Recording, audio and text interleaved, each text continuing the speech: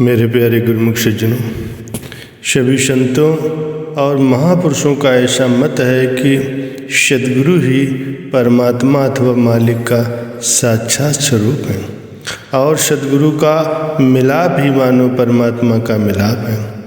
सद्गुरु और परमात्मा को समझने वाले का हृदय ही प्रकाशमान होता है और वही सब कुछ प्राप्त कर सकता है। उपनिषदकारों का कथन है, जिसके हृदय में परमात्मा की भक्ति है और जैसी परमात्मा की भक्ति है वैसी ही सद्गुरु की भी है। अर्थात जो परमात्मा और सद्गुरु में भिन्न भेद नहीं मानता और सद्गुरु को परमेश्वर का ही साकार रूप समझता है, उसी का हृदय ही प्रकाशवान होता है और वही परमेश्वर को भी प्राप्त कर सकता है। कई संतों ने तो सद्गुरु का पद परमात्मा से भी ऊंचा ठहराया है। संत सहजोबाई जी कहती हैं कि परमेश्वर शु गुरु बड़े, गावत वेद पुराण, सहजो हरि के मुक्ति है, गुरु के घर भगवान। संत दूलनदास जी का भी कथन है कि गुरु ब्रह्मा गुरु विष्णु हैं, गुरु शंकर गुरु साध, दूलन गुरु गोविंद भज, गुरुमुत अगम अगाध। अभिप्राय ये है कि जब सद्गुरु की भक्ति का मार्ग अपना लिया और सद्गुरु का ध्यान हृदय में बसा लिया तो मानो सब साधन उसी में आ गए, कुछ और करने धरने की आवश्यकता ही नहीं रही। इसीलिए संत दूलनदास जी कहते हैं कि सद्गुरु जो परमेश्वर का स्वरूप है, उनका भजन सुमिरन और ध्यान करो। सद्गुरु के मार्गदर्शन के बिना मनुष्य की क्या क्या दशा होती है, इस विषय में महापुरुषों के वचन हैं कि सद्गुरु से ही मनुष्य की दशा वैसी ही होती है जैसे चंद्रमा के बिना रात्रि, सूर्य के बिना दिन की और राजा के बिना राज्य की। अभिप्राय ये है कि जैसे चंद्रमा के बिना रात अंधकार पूर्ण रहती है, सूर्य के बिना दिन को दिन नहीं कहा जा सकता और राजा के बिना राज्य की स्थिति मंद रहती है, उसी प्रकार सद्गुरु की शरण ग्रहण के बिना मनुष्य की दशा भी अति मंद रहती है। इसी भाव को एक उर्दू के कवि ने इस प्रकार से कहा है, सद्गुरु की भक्ति गर हासिल नहीं, सर पे दस्ते मुर्शिदे कामिल नहीं। जिंदगी उस शख्स की है इस तरह, सल्तनत बेहुक्मरां हो जिस तरह। रात हो जैसे बगैर अज महताब के, या न हो दिन में तुलुब आफ्ताब। या कोई लावारिस व सुनसा मकान, जी नफस रहता न हो कोई जहाँ। आम कहावत भी है कि गुरु बिन गत नहीं और साह बिन पत नहीं।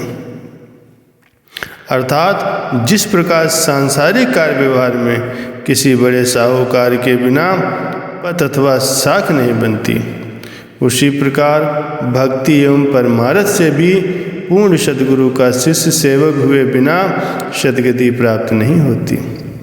इसीलिए जो मनुष्य भक्ति का अभिलाषी है, उसके लिए पूर्ण सद्गुरु का आश्रय ग्रहण करना अत्यंत आवश्यक है। मनुष्य के मन में मोह और भ्रम का जो गहन अंधकार जन्मों जन्म से छाया हुआ है, गुरु ज्ञान के प्रकाश के बिना ये मोह अज्ञान का अंधकार कभी भी दूर नहीं हो सकता। घट के इस अंधकार को दूर करने के लिए आंतरिक प्रकाश की आवश्यकता होती है। बाह्य संसार में चाहे कितना भी प्रकाश कर दिया जाए, उससे मन का अंधकार कभी नहीं मिटेगा। महापुरुषों का कथन है, जे सब चंदा उगमय, सूरज चढ़े हजार, एते चाणन होन दिया, गुरु बिनु घोर अंधार। चाहे सैकड़ों चंद्रमा उदय हो जाए और चाहे हजारों सूर्य अपना प्रकाश फैलाते हों, परंतु वाह जगत में इतना अधिक प्रकाश होते हुए भी गुरु ज्ञान के बिना मन की सृष्टि में गहरा अंधकार छाया रहता है। इसी बात को परम संत श्री कबीर साहब जी ने अपने शब्दों में इस प्रकार से वर्णन किया है। कोटिन चंदा उगमें सूरज कोटि हजार, घट का तम नासे नहीं बिन गुरु घोर अंधार। अर्थात करोड़ों चंद्रमा और हजारों करोड़ों सूर्य, इनके एक साथ उदय होने पर भी घट में तब तक अंधकार बना रहता है जब तक कि पूर्ण सद्गुरु का मिलाप नहीं हो जाता। केवल पूर्ण सद्गुरु ही अपने ज्ञान और शब्द के आध्यात्मिक प्रकाश से जीव के घट अर्थात अंतर्मन का अंधकार दूर कर सकते हैं। इसके लिए अन्य कोई साधन नहीं है। यदि किसी प्रकार ये विचार हो कि सद्गुरु के बिना ज्ञान की प्राप्ति हो जाएगी अथवा घट में छाया हुआ अंधकार दूर हो जाएगा, तो ये असंभव है। ग्रंथों के अध्ययन से बुद्धि का विकास और विद्या के क्षेत्र में उन्नति तो हो सकती है, लेकिन आत्मिक प्रकाश जब भी प्राप्त होगा सद्गुरु की कृपा से ही होगा। केवल सद्गुरु ही जीव को परमात्मा का सच्चा प्रकाश बख्शकर उसके मन का अंधकार दूर कर सकते हैं। जिस भक्ति की सदशास्त्रों और ग्रंथों में इतनी महिमा गाई गई है और जिसे अत्यंत दुर्लभ कहा गया है, वो सद्गुरु की ही भक्ति है और सद्गुरु की चरण शरण ग्रहण करने पर ही प्राप्त होती है।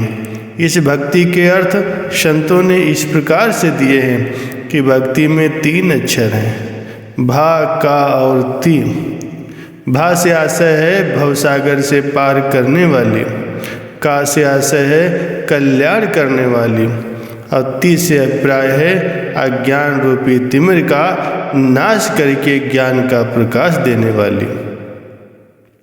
इस प्रकार की जो उच्च श्रेणी की भक्ति है वह उसी को प्राप्त होती है जिसकी सच्ची हार्दिक लगन एवं प्रीति पूर्ण सद्गुरु के साथ में होती है। अर्थात जब सद्गुरु के अतिरिक्त अन्य किसी की प्रीति हृदय में विद्यमान नहीं रहेगी तभी वह इस भक्ति की प्राप्ति कर सकता है। और इस प्रकार की भक्ति को प्राप्त करने के लिए सद्गुरु के चरणों में उच्च कोटि की श्रद्धा और अविचल निष्ठा रखना अति आवश्यक है। बोलो जयकारा बोल मेरे श्री गुरु महाराज की जय।